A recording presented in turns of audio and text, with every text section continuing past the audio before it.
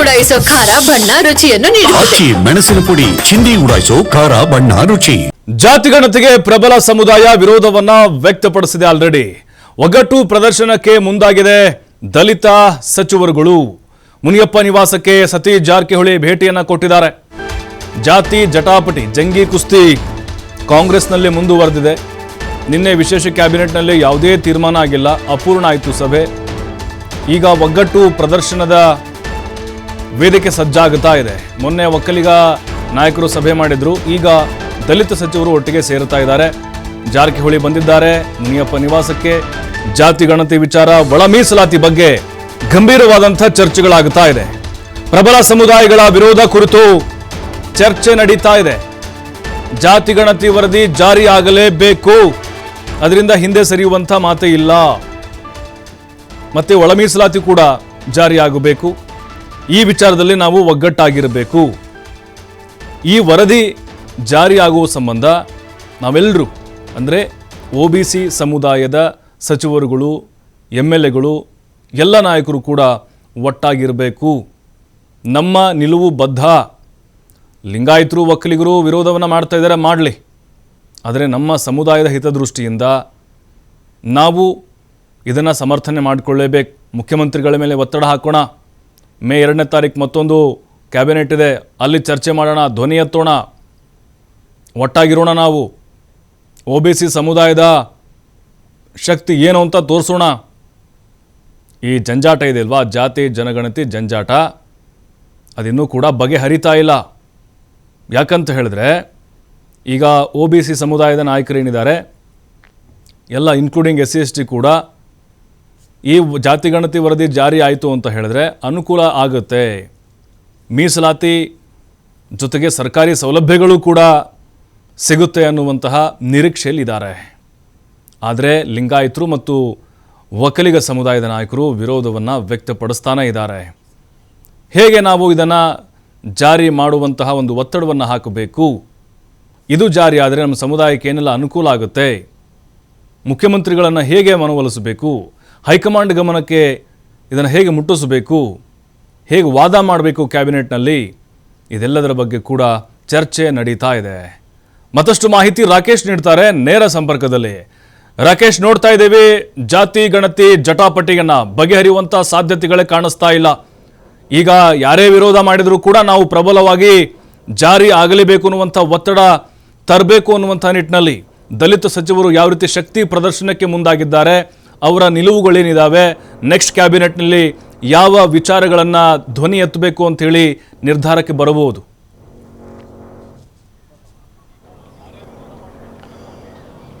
ಪ್ರಭು, ಈಗಾಗಲೇ ಜಾತಿ ಗಣತಿ ವಿಚಾರಕ್ಕೆ ಸಂಬಂಧಪಟ್ಟ ಹಾಗೆ ನಿನ್ನೆ ಕರೆದಂಥ ವಿಶೇಷ ಸಭೆಯಲ್ಲಿ ಯಾವುದೇ ರೀತಿಯಾದಂಥ ಪೂರ್ಣ ಪ್ರಮಾಣದ ಚರ್ಚೆ ಅಂದರೆ ಚರ್ಚೆಯ ಹೊರತುಪಡಿಸಿ ನಿರ್ಧಾರವನ್ನು ಪ್ರಕಟಿಸುವುದಕ್ಕೆ ರಾಜ್ಯ ಸರ್ಕಾರದ ಕಡೆಯಿಂದ ಆಗಿಲ್ಲ. ಸಿದ್ದರಾಮಯ್ಯ ಮತ್ತು ಅವರ ಸಂಪುಟದ ಸದಸ್ಯರುಗಳು ಈ ಬಗ್ಗೆ ಸುದೀರ್ಘವಾಗಿ ಚರ್ಚೆಯನ್ನು ನಡೆಸಿ ಪ್ರಬಲ ಸಮುದಾಯಗಳಿಂದ ಬಂದಿರುವಂತಹ ವಿರೋಧದ ಪ್ರತಿಕ್ರಿಯೆಯನ್ನು ಮತ್ತು ಅದರ ವಿಚಾರವನ್ನು ಚರ್ಚೆಗೆ ಒಳಪಡಿಸಿಕೊಂಡಿದ್ದಾರೆ. ಅದಕ್ಕೆ ಮುಂದಿನ ಸಂಪುಟದಲ್ಲಿ ಈ ಬಗ್ಗೆ ಚರ್ಚಿಸಿ ಒಂದು ತೀರ್ಮಾನವನ್ನು ಮಾಡಬೇಕು. ಅಲ್ಲಿ ಲೋಪದೋಷಗಳು ಏನೇ ಇದ್ದರೂ, ಅದರ ಪರ ವಿರೋಧದ ವಿಚಾರಗಳಿದ್ದರೂ ಅವನ್ನು ಪರಾಮರ್ಶೆ ಮಾಡಿ ಮುಂದೆ ನಡೆಯುವುದಕ್ಕೆ ಯೋಚನೆಯನ್ನು ಮಾಡಬೇಕು ಅನ್ನೋದ್ರ ಬಗ್ಗೆ ಒಮ್ಮತದ ಚರ್ಚೆಯನ್ನು ಮಾಡೋದಕ್ಕೆ ಮುಂದಾಗಿದ್ದಾರೆ.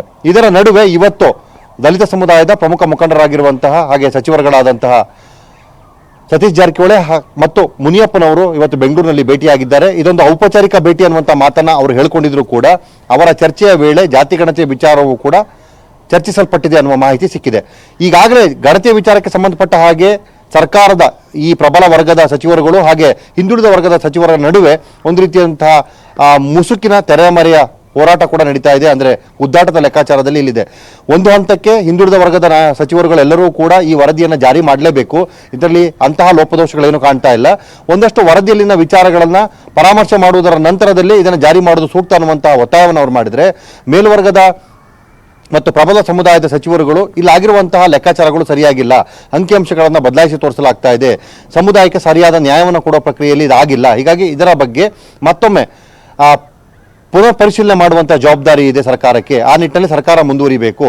ಸರ್ಕಾರ ಇದನ್ನು ನೋಡಿಕೊಂಡು ಅಥವಾ ಮತ್ತೊಂದಷ್ಟು ಅಂಕಿಅಂಶಗಳನ್ನು ಸೇರಿಸುವಂತಹ ಇನ್ನೊಂದು ಬಾರಿ ಸರ್ವೆ ಗಣತಿಯನ್ನು ತೆಗೆದುಕೊಳ್ಳುವಂತಹ ಪ್ರಕ್ರಿಯೆಯನ್ನು ಮಾಡಬೇಕು ಅನ್ನುವಂಥ ಒತ್ತಾಯವನ್ನು ಹೊರುವಂಥ ಯೋಚನೆಯನ್ನು ಮಾಡಿದ್ದಾರೆ. ಸೊ ಎರಡೂ ವಿಚಾರಗಳಿರೋದ್ರಿಂದಾಗಿ ಇವತ್ತು ಭೇಟಿಯಾಗಿರುವಂಥ ಇಬ್ಬರು ನಾಯಕರುಗಳು ಗಣತಿ ವಿಚಾರಕ್ಕೆ ಸಂಬಂಧಪಟ್ಟಾಗಿ ತಮ್ಮ ತಮ್ಮ ಅಭಿಪ್ರಾಯಗಳನ್ನು ಹೇಳ್ಕೊಂಡಿದ್ದಾರೆ. ಸತೀಶ್ ಜಾರಕಿಹೊಳಿ ಅವರು ಈಗಾಗಲೇ 10 ವರ್ಷಗಳನ್ನು ಕಳೆದಿರುವಂತಹ ಈ ಗಣತಿ ಇಂಪ್ಲಿಮೆಂಟ್ ಆಗೋದಕ್ಕೆ ಇನ್ನೊಂದು ವರ್ಷಗಳು ಬೇಕಾಗಬಹುದು. ಯಾಕಂದರೆ ಇಲ್ಲಿರುವಂಥ ಅಂಕಿಅಂಶಗಳನ್ನು ಸಮಗ್ರವಾಗಿ ಕ್ರೋಢೀಕರಣ ಮಾಡಬೇಕಾಗುತ್ತೆ. ಲಿಂಗಾಯತ ಸಮುದಾಯದಲ್ಲಿ ಅವರ ಬೇಡಿಕೆಗೆ ಅನುಸಾರವಾದಂತೆ ಒಂದಷ್ಟು ಸಮುದಾಯದಲ್ಲಿನ ಜನಸಂಖ್ಯೆ ಲೆಕ್ಕಾಚಾರ ಕೂಡ ಬದಲಾಗ್ತಾ ಇದೆ. ಹಾಗಾಗಿ ಅದನ್ನು ಸರಿಪಡಿಸಿಕೊಳ್ಳೋದಕ್ಕೆ ಅವಕಾಶವನ್ನು ಕೊಡಬೇಕು.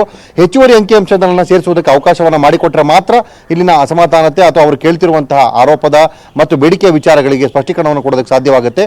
ಈ ನಿಟ್ಟಿನಲ್ಲಿ ಅದಕ್ಕೆ ಬೇಕಾದಂಥ ವೇದಿಕೆಯನ್ನು ಸರ್ಕಾರ ಮಾಡಬೇಕು.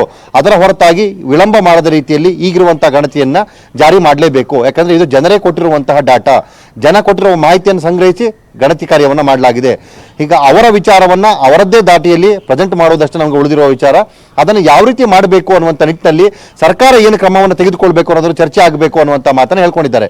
ಮತ್ತೊಂದು ಕಡೆ ಮುನಿಯಪ್ಪನವರು ಕೂಡ ಇದಕ್ಕೆ ಪೂರಕವಾದಂಥ ಹೇಳಿಕೆಯನ್ನು ಕೊಟ್ಟಿದ್ದು, ಗಣತಿ ವಿಚಾರದಲ್ಲಿ ನಮ್ಮಲ್ಲಿ ಯಾವುದೇ ರೀತಿಯಾದಂಥ ಗೊಂದಲ ಇಲ್ಲ, ಬಂದಿರುವಂತಹ ಗಣತಿ ಅಂಕಿಅಂಶಗಳನ್ನು ಪರಿಶೀಲನೆ ಮಾಡಬೇಕು, ಇರುವಂಥ ವಿಚಾರದಲ್ಲಿ ಎಲ್ಲಿ ಲೋಪ ಆಗಿದೆ ಅನ್ನೋದನ್ನು ಸರಿಪಡಿಸಿಕೊಂಡು ಹೋಗೋ ಪ್ರಕ್ರಿಯೆಯನ್ನು ಮಾಡಬೇಕೆ ಹೊರತು ಬದಲಾವಣೆಯನ್ನು ಮಾಡಬಾರ್ದು. ಯಾವುದೇ ಸಮುದಾಯಕ್ಕೂ ಯಾರಿಗೂ ಕೂಡ ನೋವಾಗದ ರೀತಿಯಲ್ಲಿ ನಡೆದುಕೊಳ್ಳುವಂತಹ ಜವಾಬ್ದಾರಿ ಸರ್ಕಾರದ ಮೇಲಿದೆ.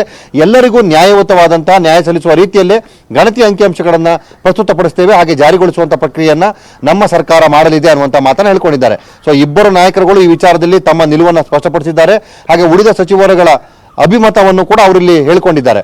ಒಟ್ಟಾರೆ ಹಿಂದುಳಿದ ವರ್ಗದ ಈ ಸಚಿವರ ವಲಯಗಳೇನಿದೆ ಅಥವಾ ಆ ವರ್ಗ ಏನಿದೆ ಅವರೆಲ್ಲರೂ ಇದನ್ನು ಜಾರಿ ಮಾಡೋದಕ್ಕೆ ಒತ್ತಾಯವನ್ನು ಮಾಡ್ತಿದ್ದಾರೆ, ಒತ್ತಡವನ್ನು ಹೇರುವಂಥ ಯೋಚನೆಯನ್ನು ಮಾಡ್ಕೊಂಡಿದ್ದಾರೆ.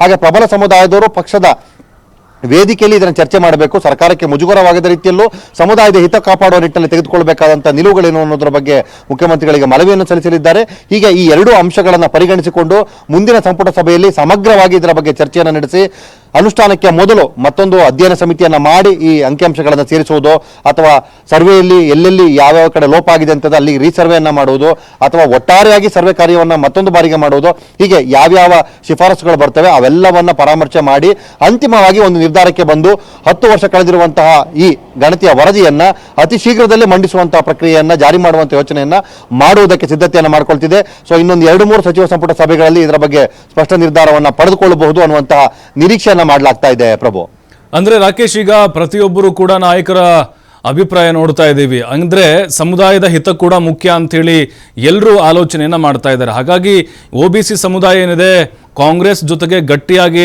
ಬಹಳ ವರ್ಷಗಳಿಂದ ನಿಂತ್ಕೊಂಡು ಬಂದಿದೆ. ಹಾಗಾಗಿ ಅದು ಯಾವುದೇ ಕಾರಣಕ್ಕೂ ಬಿಟ್ಕೊಡ್ಬಾರ್ದು ಅನ್ನುವಂಥ ನಿಟ್ಟಿನಲ್ಲಿ ಸಮರ್ಥವಾಗಿ ಎಲ್ಲರೂ ಒಗ್ಗಟ್ಟು ಪ್ರದರ್ಶನ ಮಾಡೋದ್ರ ಜೊತೆಗೆ ಸಿದ್ದರಾಮಯ್ಯನವರು ಕೂಡ ಆ ಬಗ್ಗೆ ಒಲವು ಇರೋದ್ರಿಂದಾಗಿ ಜಾರಿ ಮಾಡಿಯೇ ಸಿದ್ಧ, ಅದಕ್ಕೆ ನಾವು ಬದ್ಧ ಅನ್ನುವಂಥದ್ದನ್ನು ಇಲ್ಲಿ ತೋರಿಸ್ತಾ ಇದ್ದಾರೆ ಅಂಥೇಳಿ. ಅಂದರೆ ಕಾಂಗ್ರೆಸ್ ಜೊತೆಗೆ ಆ ಸಮುದಾಯಗಳು ನಿರಂತರವಾಗಿ ನಿಂತ್ಕೊಳ್ಳಿ ಅಂಥೇಳಿ ರಾಜಕೀಯ ಲೆಕ್ಕಾಚಾರ ನೋಡೋದಾದ್ರೆ. ಪ್ರಭು, ತಾವು ಹೇಳಿದಾಗೆ ಮುಖ್ಯಮಂತ್ರಿಗಳನ್ನು ಒಳಗೊಂಡಂತೆ ಅಹಿಂದ ವರ್ಗದ ನಾಯಕರುಗಳೆಲ್ಲರಿಗೂ ಕೂಡ ಈ ವರದಿ ಜಾರಿ ಮಾಡಲೇಬೇಕು ಅನ್ನುವಂತಹ ಒತ್ತಾಸೆ ಇದೆ. ಹಾಗೆ ಅದನ್ನು ಮಾಡ್ತೀವಿ ಅನ್ನುವಂಥ ಭರವಸೆ ಮಾತುಗಳನ್ನು ಹೇಳ್ಕೊಳ್ತಿದ್ದಾರೆ. ಆದರೆ ಪ್ರಬಲ ಸಮುದಾಯದ ಮುಖಂಡರುಗಳಿಗೆ ಈಗ ಸಂಕಷ್ಟದ ಸನ್ನಿವೇಶ ಎದುರಾಗ್ತಾ ಇದೆ. ಜಾತಿ ಗಣತಿಯ ಲೆಕ್ಕಾಚಾರದಲ್ಲಿ ಅಂದರೆ ಈ ಸಮೀಕ್ಷೆ ಲೆಕ್ಕದಲ್ಲಿ ಆಗಿರುವಂತಹ ಸಮುದಾಯದ ಲೆಕ್ಕಾಚಾರಗಳನ್ನು ಕಡಿಮೆ ಮಾಡಿ ತೋರಿಸಿರುವಂತಹ ಆರೋಪ ಏನಿದೆ ಅದನ್ನು ಸರಿ ಮಾಡಿಕೊಳ್ಳಬೇಕು. ಅಲ್ಲಿನ ಮುಖಂಡರುಗಳು ಮತ್ತು ಸ್ವಾಮೀಜಿಗಳು ಹೇಳಿರುವುದೇನು ಅಂದರೆ, ಪಕ್ಷಗಳು ನಮಗೆ ವೇದಿಕೆ ಆಗಬೇಕೇ ಹೊರತು ಪಕ್ಷದ ವೇದಿಕೆಯಲ್ಲಿ ನಾವಿರಬಾರದು. ನಮ್ಮ ಬೇಡಿಕೆಯನ್ನು ಈಡೇರಿಸಿಕೊಳ್ಳೋದಕ್ಕೆ ಪಕ್ಷಗಳ ಸಹಕಾರವನ್ನು ಮಾಡಬೇಕಾಗುತ್ತೆ ಹೊರತು ಅದಕ್ಕೆ ಅದರ ಅಜೆಂಡಾಗಳಿಗೆ ನಾವು ನಿಂತಾಗ ನಮ್ಮ ಸಮುದಾಯದ ಅಭಿವೃದ್ಧಿ ಕಷ್ಟ ಸಾಧ್ಯ ಆಗುತ್ತೆ. ಈ ನಿಟ್ಟಿನಲ್ಲಿ ಒಗ್ಗಟ್ಟಿನ ಹೋರಾಟವನ್ನು ಪಕ್ಷಾತೀತವಾಗಿ ನಮ್ಮ ಸಮುದಾಯದ ನಾಯಕರು ಮಾಡಬೇಕು ಅನ್ನುವಂಥ ಮಾತನ್ನು ಹೇಳ್ಕೊಂಡಿದ್ದಾರೆ. ಸೊ ಈ ವಿಚಾರ ಈಗ ಈ ಸಮುದಾಯದ ನಾಯಕರಿಗೆ ಒಂದಂತದಲ್ಲಿ ಸಂಕಷ್ಟವನ್ನು ತಂದು ಕೊಡ್ತಾ ಇದೆ. ಪಕ್ಷ ಬೇಕೋ ಅಥವಾ ಸಮುದಾಯ ಬೇಕೋ ಅನ್ನೋದನ್ನು ಅವರು ನಿರ್ಧಾರ ಮಾಡಬೇಕಾಗುತ್ತೆ. ಅದರಲ್ಲೂ ಈಗಿರುವಂಥ ಕಾಂಗ್ರೆಸ್ ಸರ್ಕಾರದ ಈ ಪ್ರಬಲ ಸಮುದಾಯದ ಸಚಿವರುಗಳು ಮತ್ತು ನಾಯಕರುಗಳು ತಮ್ಮ ಅನುಕೂಲದ ಜೊತೆಗೆ ಸಮುದಾಯವನ್ನು ಒಟ್ಟಾಗಿ ತೆಗೆದುಕೊಂಡು ಹೋಗಲೇಬೇಕು ಅನ್ನುವಂಥ ಒತ್ತಾಯವನ್ನು ಕೂಡ ಮಾಡೋದ್ರಿಂದಾಗಿ ಪಕ್ಷವನ್ನು ಜೋಪಾನ ಮಾಡಿಕೊಂಡು ತಮ್ಮ ಆಶಯವನ್ನು ಈಡೇರಿಸಿಕೊಳ್ಬೇಕಾಗಿದೆ. ಆ ನಿಟ್ಟಿನಲ್ಲಿ ಸಿದ್ದರಾಮಯ್ಯ ಅವರ ಮನವೊಲಿಕೆಯನ್ನು ಮಾಡ್ತಾರೆ ಅನ್ನುವಂಥ ಮಾತು ಇದೆ. ಅಥವಾ ಮುಖ್ಯಮಂತ್ರಿಗಳೇ ಇಲ್ಲಿ ಪಕ್ಷದ ನೆಲೆಗಟ್ಟಿನಲ್ಲಿ ಅಧಿಕಾರವನ್ನು ಮತ್ತು ಬದ್ಧತೆಯನ್ನು ಪ್ರದರ್ಶನ ಮಾಡಬೇಕಾದಾಗ ಹಿಂದುಳಿದ ವರ್ಗಗಳ ಜೊತೆಯಲ್ಲೇ ಉಳಿದವರನ್ನು ತೆಗೆದುಕೊಂಡು ಹೋಗಬೇಕಾದಂಥ ಅನಿವಾರ್ಯತೆ ಇರೋದ್ರಿಂದಾಗಿ ಅದಕ್ಕೆ ಒಂದಷ್ಟು ಭರವಸೆಯನ್ನು ಕೊಟ್ಟು ಮುಂದಿನ ದಿನಗಳಲ್ಲಿ ಇದನ್ನು ಸರಿಪಡಿಸುವಂತಹ ಅಥವಾ ಅಂಕಿಅಂಶಗಳನ್ನು ಹೆಚ್ಚುವರಿ ಸೇರ್ಪಡೆ ಮಾಡಿ ಆಗಿರೋ ಲೋಪವನ್ನು ಸರಿ ಮಾಡುವಂತಹ ಈ ರೀತಿ ಯಾವುದೇ ವಿಚಾರಗಳನ್ನು ತಮ್ಮ ವಿಚಾರ ಮತ್ತು ವಿಮರ್ಶೆಗೆ ತೆಗೆದುಕೊಂಡು ಪಕ್ಷದ ಹೈಕಮಾಂಡ್ ನಾಯಕರ ಜೊತೆ ಚರ್ಚೆಯನ್ನು ಮಾಡಿಕೊಂಡು ಅಂತಿಮಗೊಳಿಸಿ ಅದನ್ನು ಜಾರಿ ಮಾಡುವಂಥ ಯೋಚನೆಯನ್ನು ಮಾಡಬಹುದು ಅನ್ನುವಂತಹ ನಿರೀಕ್ಷೆಯನ್ನು ಕೂಡ ಮಾಡಲಾಗ್ತಾ ಇದೆ. ಪ್ರಭು, ಥ್ಯಾಂಕ್ ಯು ರಾಕೇಶ್, ತಮ್ಮೆಲ್ಲ ಮಾಹಿತಿಗಾಗಿ.